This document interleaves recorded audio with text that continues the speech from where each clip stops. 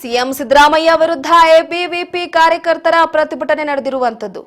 ಬೆಳಗಾವಿಯ ಚೆನ್ನಮ್ಮ ವೃತ್ತದಲ್ಲಿ ರಸ್ತೆ ಬಂದ್ ಮಾಡಿ ಪ್ರತಿಭಟನೆಯನ್ನ ನಡೆಸಲಾಗ್ತಾ ಇದೆ. ಧಾರವಾಡ ಎಎಸ್ಪಿ ನಾರಾಯಣ ಭರಮನಿ ಮೇಲೆ ಕೈ ಎತ್ತಿದ ಸಿಎಂ ವಿಚಾರಕ್ಕೆ ಸಂಬಂಧಪಟ್ಟಂತೆ ಪ್ರತಿಭಟನೆಯನ್ನ ಮಾಡೋದಕ್ಕೆ ಮುಂದಾಗಿರುವಂತದ್ದು. ನಿನ್ನೆ ಕಾಂಗ್ರೆಸ್ ಪ್ರತಿಭಟನಾ ರ್ಯಾಲಿಯಲ್ಲಿ ನಡೆದಿರುವಂತಹ ಘಟನೆ, ಸಿಎಂ ವರ್ತನೆಯನ್ನ ಖಂಡಿಸಿ ಧಿಕ್ಕಾರವನ್ನ ಕೂಗಲಾಗ್ತಿದೆ.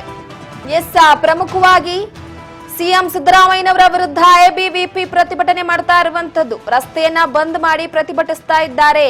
ನಿನ್ನೆ ವೇದಿಕೆಯ ಮೇಲೆಯೇ ಧಾರವಾಡ ಎಎಸ್ಪಿ ನಾರಾಯಣ ಭರಮನಿ ಮೇಲೆ ಕೈ ಎತ್ತಿದಂತಹ ವಿಚಾರಕ್ಕೆ ಸಂಬಂಧಪಟ್ಟಂತೆ ಸಿಎಂ ವರ್ತನೆಯನ್ನ ಖಂಡಿಸಿ ಪ್ರತಿಭಟನೆಯನ್ನ ನಡೆಸೋದಕ್ಕೆ ಮುಂದಾಗಿರುವಂತದ್ದು. ಸಿಎಂ ಭಾವಚಿತ್ರಕ್ಕೆ ಧಿಕ್ಕಾರ ಚಿಹ್ನೆಯನ್ನ ಹಾಕಿ ಘೋಷಣೆ ಕೂಗ್ಲಾಗ್ತಾ ಇದೆ. ಬೇಕೇ ಬೇಕು, ನ್ಯಾಯ ಬೇಕು ಅಂತ ಘೋಷಣೆ ಕೂಗಿ ಆಕ್ರೋಶವನ್ನ ವ್ಯಕ್ತಪಡಿಸಲಾಗ್ತಿರುವಂತದ್ದು.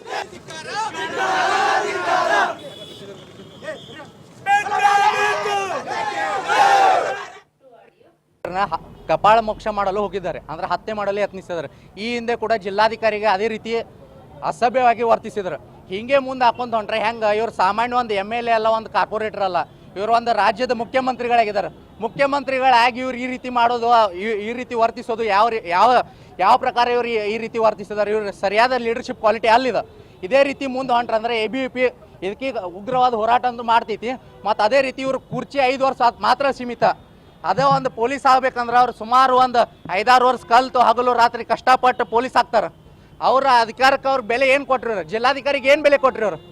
ಇವ್ರು ಕುರ್ಚಿ 5 ವರ್ಷ, ಅದು ಜನರು ಇವ್ರನ್ನ ಬೆಂಬಲಿಸ ಕಪಾಳ ಮೋಕ್ಷ ಮಾಡಲು ಹೋಗಿದ್ದಾರೆ, ಅಂದ್ರೆ ಹತ್ಯೆ ಮಾಡಲು ಯತ್ನಿಸಿದ್ದಾರೆ.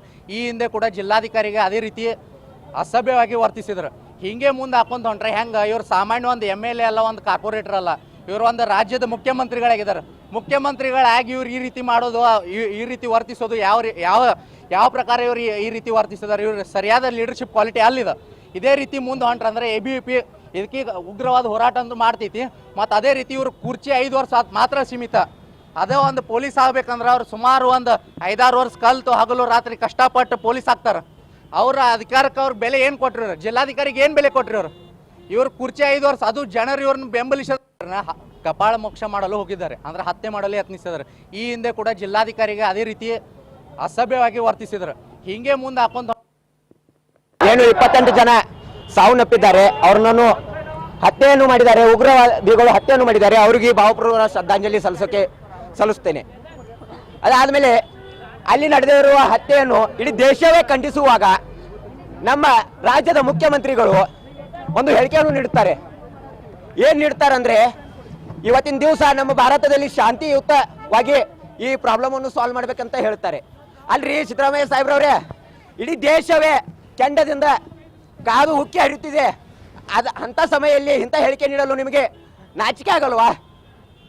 ಅದೇ ರೀತಿ ಅದನ್ನು ಪ್ರಶ್ನೆ ಮಾಡಿದ್ದಕ್ಕೆ ನಿನ್ನೆ ಏನು ಮಹಿಳೆಯರು ಪ್ರಶ್ನೆ ಮಾಡೋಕ್ಕೆ ಹೋಗಿದ್ರು, ಮಹಿಳೆಯರದು ತಪ್ಪನ್ನಾಗಿಲ್ಲನ. ಯಾಕಂದ್ರೆ ಈ ಭಾರತದ ಪ್ರಜೆ ಆದ್ಕೂಲೆ ಪ್ರತಿಯೊಬ್ಬ ಪ್ರಜೆಗೂ ತನ್ನ ಪ್ರಜಾಪ್ರಭುತ್ವ ಹಕ್ಕದ ಪ್ರಕಾರ ತಾನು ಕೇಳುವ ಹಕ್ಕ ಇದೆ. ಆದ ಕಾರಣ ಸಿದ್ದರಾಮಯ್ಯ ಅವರು ಹೇಳಿಕೆಯನ್ನು ಖಂಡಿಸಿ ಮಹಿಳೆಯರು ಅಲ್ಲಿ ಕೇಳಕ್ಕೆ ಹೋದಾಗ ಅಲ್ಲಿ ಇದ್ದಂತ ಗುಂಡಾ ಕಾಂಗ್ರೆಸ್ ಕಾರ್ಯಕರ್ತರನ್ನು ಮುಂದೆ ಬಿಟ್ಟು ಮಹಿಳೆಯರ ಮೇಲೂ ಹಲ್ಲೆ ಮಾಡಿಸಿದ್ದಾರೆ. 28 ಜನ ಸಾವನ್ನಪ್ಪಿದ್ದಾರೆ, ಅವ್ರನ್ನೂ ಹತ್ಯೆಯನ್ನು ಮಾಡಿದ್ದಾರೆ, ಉಗ್ರವಾದಿಗಳು ಹತ್ಯೆಯನ್ನು ಮಾಡಿದ್ದಾರೆ. ಅವರಿಗೆ ಭಾವಪೂರ್ವಕ ಶ್ರದ್ಧಾಂಜಲಿ ಸಲ್ಲಿಸಿದ್ದಾರೆ.